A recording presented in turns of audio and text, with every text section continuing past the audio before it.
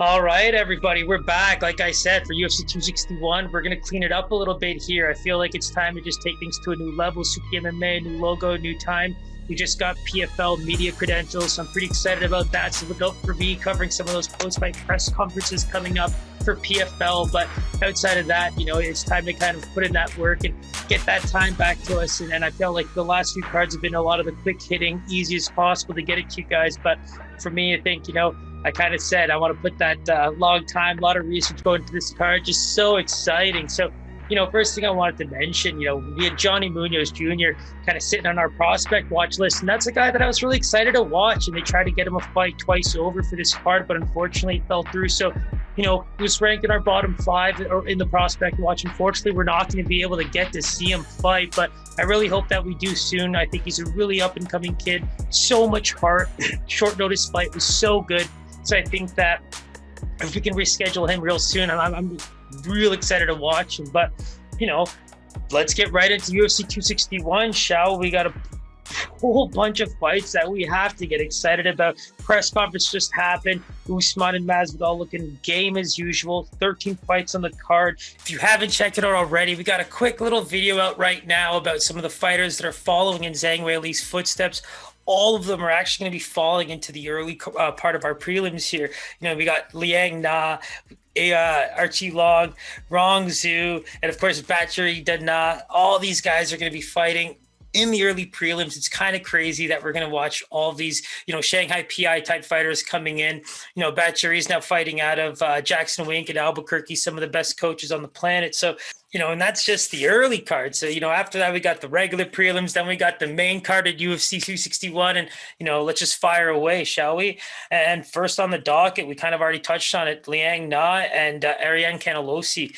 Carnelossi has such a cool and interesting record, in terms of history. First fight ever in her pro career, Amanda Ribas takes that loss, then goes on a 12-fight win streak, gets a short notice debut against Angela Hill. Pretty good fight given the circumstances. And guess who Angela Hill is fighting in May? Amanda Ribas. Can't make these things up. So, the 2 losses that she has in the UFC are pretty much fighting each other. 2 losses in her career are pretty much fighting each other in the UFC next month. And right now, I think that she's in an opportune position right now because she's going to have some good power in this fight. The thing I like about Liang is that she's going to use the length, right? 6 inches in terms of reach advantage. And she likes to throw long. She's going to throw those kicks. She's going to have some long jab style combos, things like that. And the one thing that I did notice about her record is when you look at the Shakirova loss, I think that at 20 years old, also in the video that you guys can check out, it was a bit of a wild man type of performance. I didn't see a lot of the strategy, a lot of the, straight style punches that I'd like to see, accurate punches that I'd like to see. It was very much let me try and survive as much as possible. Even one of those moments where she kind of fell and tried to grab a leg out of just, sheer desperation. So again, Shakirova, 20 years old. She also has a loss against Maria Agapova at just within a year later. And so in terms of testing herself outside the UFC already, I mean, for a 24-year-old, she's pretty battle tested. And I think that when you're coming from the Shanghai PI now, there is pretty much an understanding of what we're looking for, if you will, with our girl Zhang Weili just taking off and becoming one of the best champions we've seen in the history of women's MMA.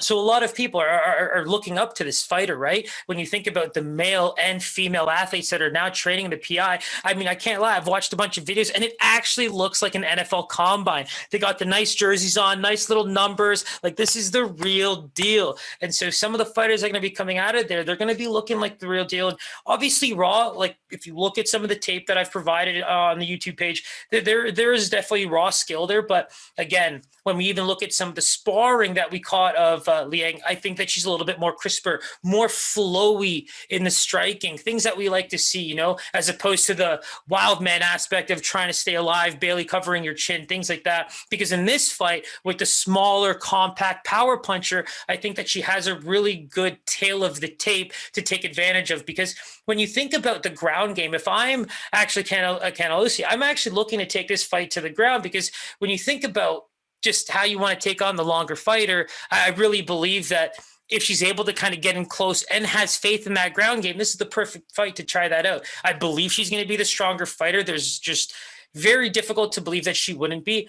But again, flowy, moving, very much a Rose style performance here would do well for Liang. And I think that she has that, in her to at least try and bring out in the raw style in her level that where she's at in her career. But again, when you look at Carnelossi, I like the performance against Angela Hill. But again, very much the compact striker trying to get in close. So if the ground game's there, take advantage of that, push it up against the fence, similar to how you did against Angela Hill. That fight pretty much ended because of a really good elbow in close. So things for Liang to take note of, especially in those close quarters. I mean, let alone cut easily. There was even one of the moments where cut landed, the announcers were even saying how, they're surprised that was the first one to even cut her because of how many elbows she took in that fight. So, in terms of taking some notes and watching some tape, there's some good evidence there of, maybe how to beat Carnelossi. But on the flip side, like we said, be patient.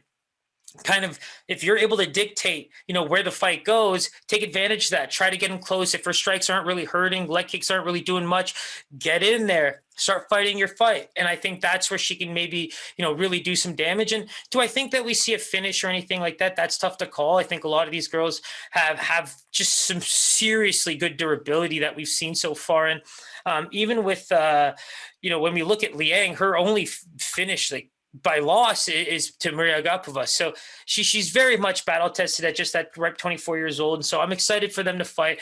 I think it's going to be a pretty close bout. When we look at the lines just quickly, minus 150 opening line for Ariane Carnelossi, and then moving close to that minus 200. So like I said, I try to give you guys the breakdown before I look at the lines. I do think that Liang has an opportunity here to at least fight that distance fight, try to stay disciplined, don't get in too close, because I think that Ariane's going to be the stronger fighter. And if she's feeling confident in that ground game, this could be a long 3-round fight for her.